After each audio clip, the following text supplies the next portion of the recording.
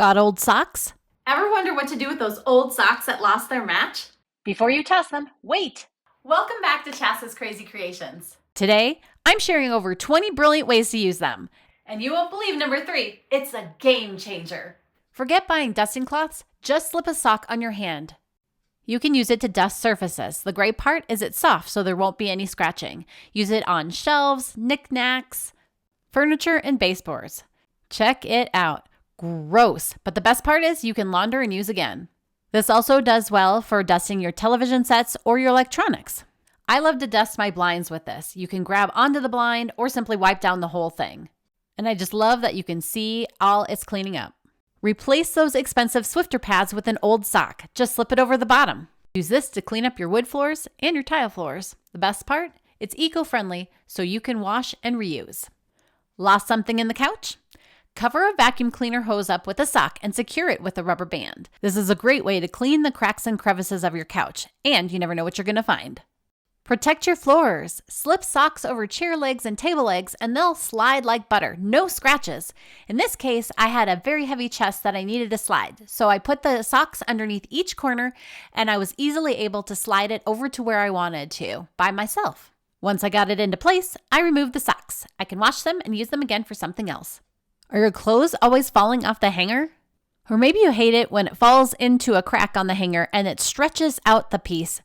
Take some of those old socks and slide them on the ends of the hanger. You can use longer socks, you can cut them up and wrap them around, however you like. I'm just sliding them on. And I'm going to place that blouse back onto the hanger. This works for tank tops, blouses, shirts, and more. Don't you love it? No more slipping and no more funny marks in your shirts. If you have dry hands or feet, start by placing some lotion on your feet and then slide the old socks on. Then place lotion on your hands and slide the socks on those. It's best if you can leave this overnight. Because they're old socks, you won't have to worry about getting lotion all over them. You'll just use them, launder them, and use them again. For this next project, you could use some rice or beans. I'm going to be using flour. I've got a baggie and I'm going to place a bunch of flour into the baggie. Now you could use a different container of your choice if you'd prefer. And I opted to fill the baggie about halfway up, and then I made sure to squeeze all of the air out. I placed the baggie into an old sock and then I stuffed it down into the bottom, and I kind of created a ball. Now you can adjust this to any size you like. Once I found that, I cut off the excess sock. I love that these socks had a line because it made it really easy to know where to cut it. Then I gathered it together at the top, and then I grabbed a rubber band and wrapped it around the top. Now you could sew this if you'd prefer, or you could hot glue it as well. Then I moved it around so that I could create a ball shape out of it.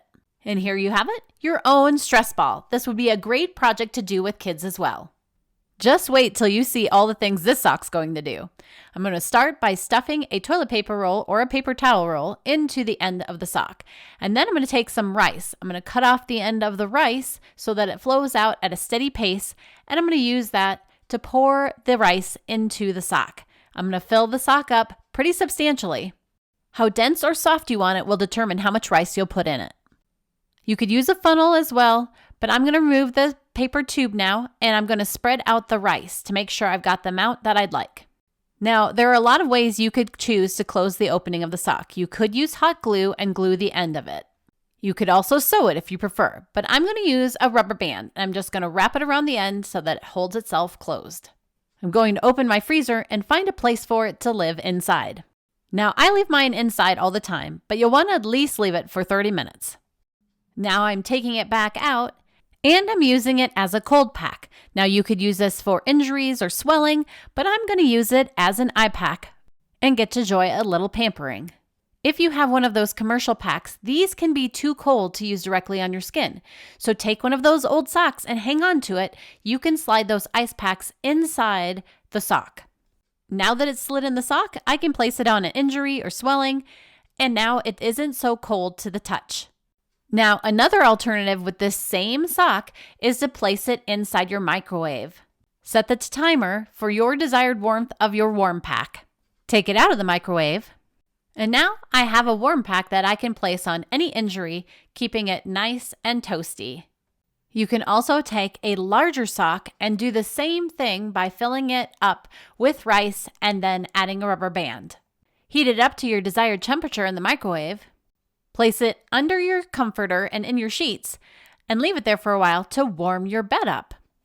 Now for this sock, I'm going to start by this top part right here is a little bit more elastic. So I'm going to take a scissors and cut that section off.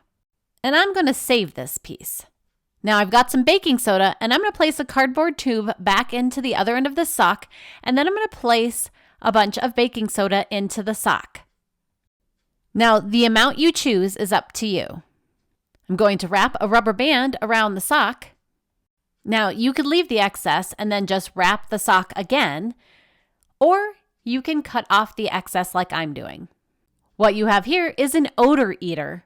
So as you can see, socks can freshen shoes too. Pop one in those smelly shoes overnight. You can place these odor eaters anywhere in your house. In fact, I like to keep one behind the toilet to help eat odors in the bathroom.